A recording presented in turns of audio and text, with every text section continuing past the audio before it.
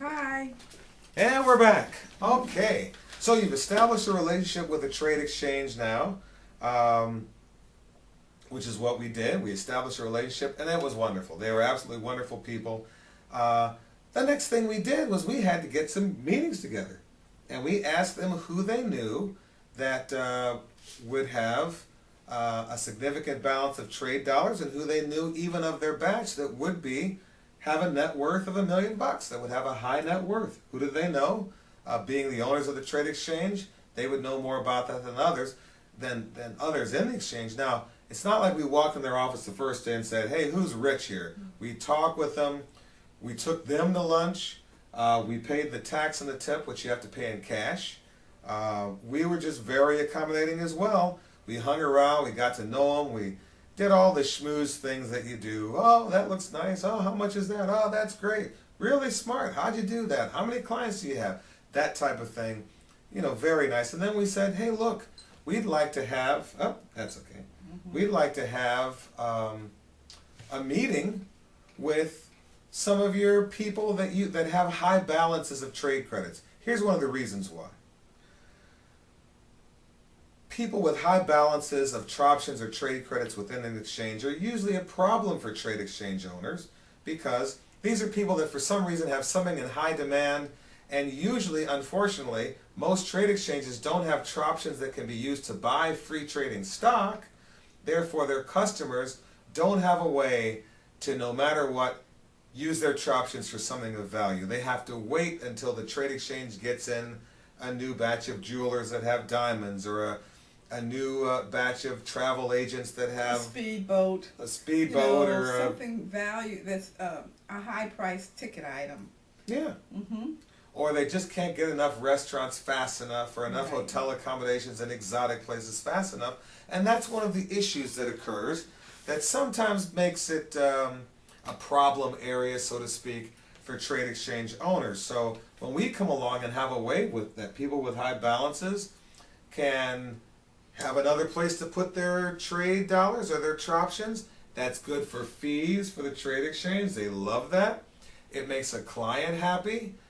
It just helps the ripple effect takes over, where usually when trade dollars move, it causes 6 other trades to move. This is one of the reasons it's so important to stimulate the U.S. economy, Right. because when someone has money, then they're willing to spend it on something else, and those people now have extra cash that they can use to upgrade their computers, and the computer manufacturer has extra cash that they can use to hire on more people, who now have the cash to, buy a home or buy a car, and that company now has the cash. And so there's a ripple effect in any economy.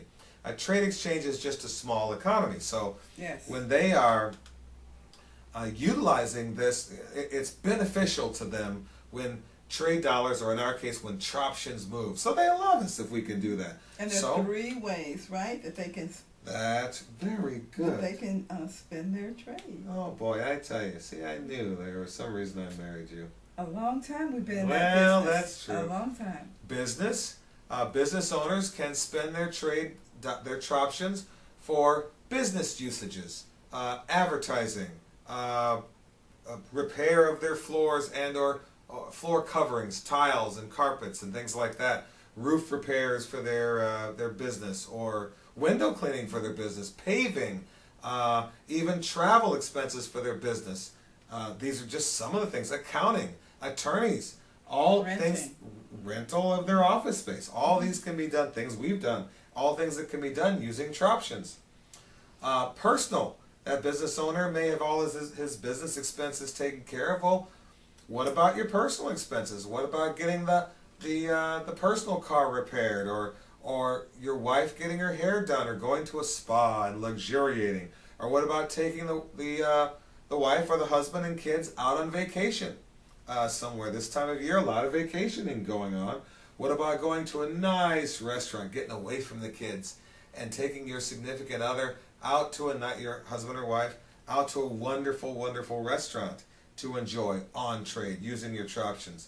Oh my gosh, what else? What about clothing, jewelry, eyeglasses. Eyeglasses. Oh, dental. Just so many things. So Everything many that things. you use cash for. Home furnishing, repairing your homes. Buying a home, well, that comes to the next thing. Either buying your primary residence, which would be personal, or investment property. Timeshares in other states can be purchased on Troptions. Again, investment properties. Our first home, we utilize Troptions. Our first investment property, we utilize Troptions. Yes. So all of these things, so business, personal, or investment can be done utilizing Troptions. Hold that a little more like this there, so I can see. So investments is one of them. Real estate can be purchased using Troptions. Stock in private companies if you're an accredited investor. Stock in public companies if you're not an accredited investor, you're just someone who has excess Troptions. Just like you could use cash to buy stock in public companies, you could use Troptions to buy stock in public companies, as many of you know. So that's one of the things. So we made that available to the clients, to the members of that company, Barterall, especially those that were accredited investors. And there are forms that they had to fill out that we have developed that some of you may want to know. Anyway, if you do, you can contact us. But we have special forms that had to be filled out that only accredited investors were to fill out. And they had to attest, I think it was 6 times, that they were accredited investors, that they were willing to lose their entire investment if that was the case. If everything went down the tubes, they were willing to lose it all. They had to attest to that and sign off saying, yes, I'm a big boy. I'm an accredited investor. Because they had already stated that they fell underneath those two. One of those two categories, either income level or net worth. Absolutely. And so, therefore, that's how that really worked. Now, let's see how we're doing. Okay, great. So, we had to get about 35 as the quote magic number accredited investors to be able to later on go through the process of going public. So we had decided about how much it would, about $100,000, about 10% or so of the offering that we were going to offer, a total of $1 million offering.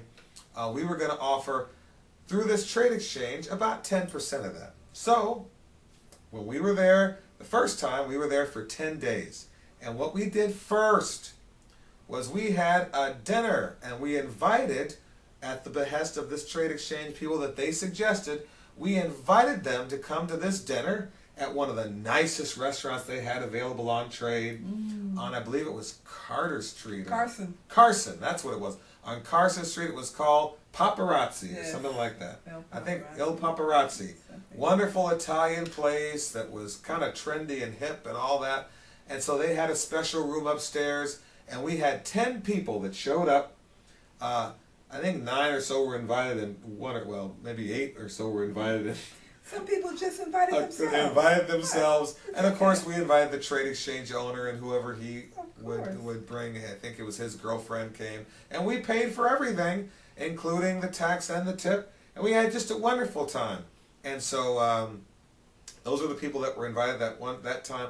Then we had luncheons almost every day. We worked almost all day long every day. We stayed in a hotel on trade.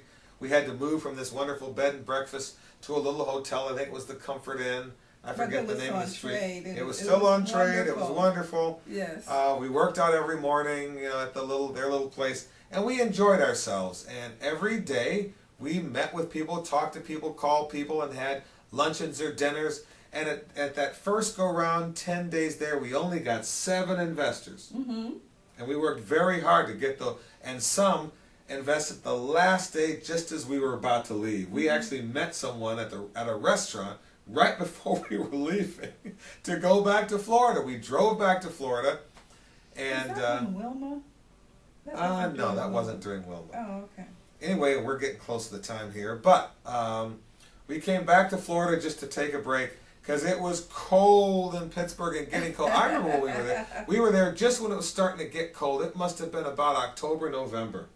No, September, October, in that time frame. I remember that weather. It was starting to get cold, so we had to go and thaw out back in Florida. So we came back to Fort Lauderdale, drove, and then I'll tell you what happened when we came back and spent the last 7 days in Pittsburgh. Be right back.